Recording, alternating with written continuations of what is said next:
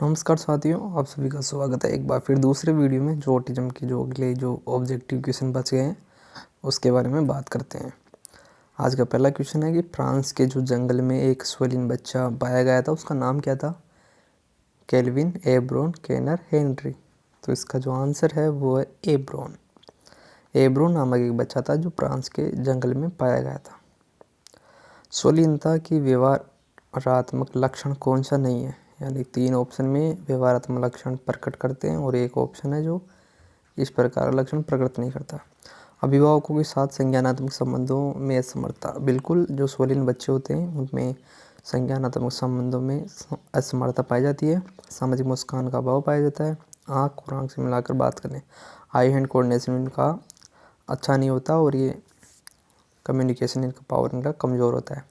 आसानी से दोस्ती करने वाले ये नहीं होते क्योंकि इनका जो कम्युनिकेशन लेवल और इनका जो सामाजिक स्तर है वो कमज़ोर होता है। इस कारण से दूसरे बच्चों के साथ में दोस्ती की भावना नहीं रखते।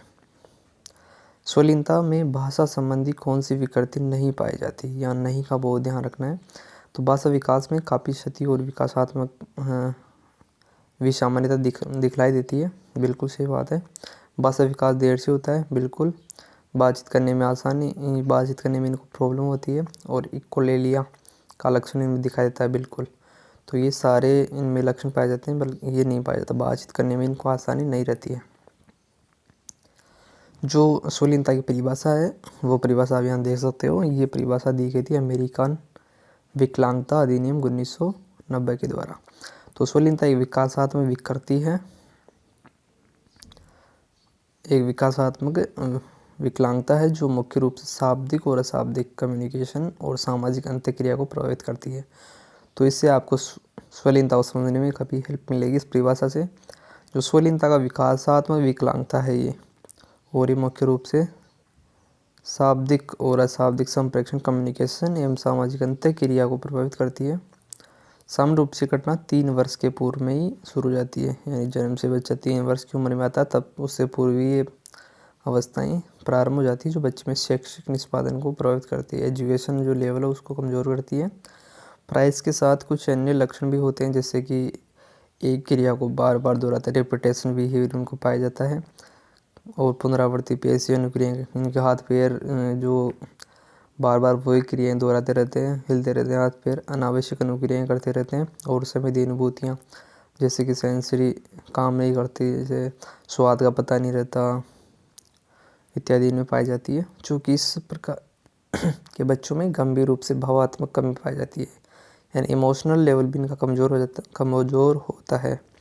इसलिए बच्चे शैक्षिक निष्पादन में विपरीत होते हैं। यानी एजुकेशन इनका कमज़ोर होता है क्योंकि ये भाषा में भी कमज़ोर है, सामाजिक में कमज़ोर है और इनका जो शारीरिक है वो भी बार बार कुछ क्रियाएँ दोहराता रहता है। तो उस कारण से एजुकेशन लेवल इनका थोड़ा कमज़ोर होता है।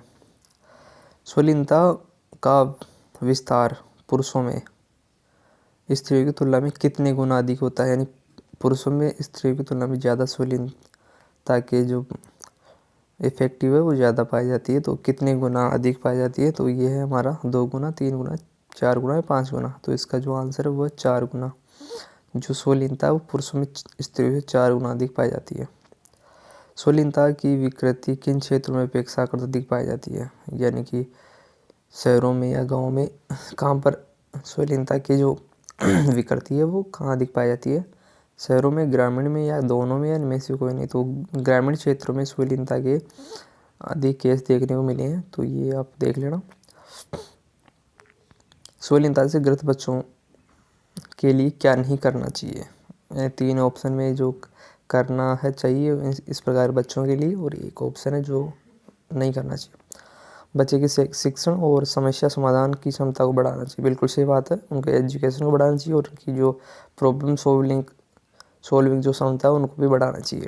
शिक्षण प्रक्रिया को प्रभावित करने वाले ऋणात्मक व्यवहारों को दूर करना चाहिए। बिल्कुल सही बात है। जो भी प्रॉब्लम्स बिहेवियर है उनको इस प्रकार के बच्चों से दूर करना चाहिए।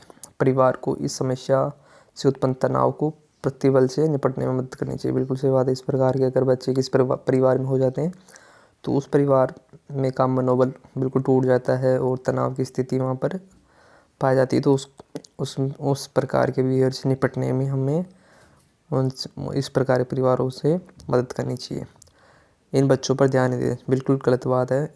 इस प्रकार के बच्चों पर विशेष ध्यान देना चाहिए। तो ये हमारा ये कार्य नहीं करना चाहिए। स्वलीनता सामान्य तौर पर क्या अर्थ होता है, यानी सामान्य हम किस अर्थ से स्वलीनता को पहचानते हैं? अपने आप में खो जाना या लीन हो जाना, बिल्कुल। अपने आप रोना ये नहीं होता। सपनों में खो जाना, रास्ते में खो जाना ये नहीं होता। तो ये आंसर यहाँ पर हमारा सही हो जाता है। जो अपने आप में खोए रहते हैं इस प्रकार के बच्चे, किस प्रकार के दूसरे यानी सामाजिक तौर पर किसी प्रकार संबंध नहीं रखते दूसरों से, ना बोलने से, भाषा, सामाजिक, संवेगात्मक, शारीरिक किसी प्रकार संबंध नहीं रखते। तो इस प्रकार के बच्चे अपने आप में खोए रहते हैं, अपने आप में ली रहते हैं। तो ये आंसर हमारा सही हो जाता है। तो वीडियो देखने के लिए आपका धन्यवाद। Thank you.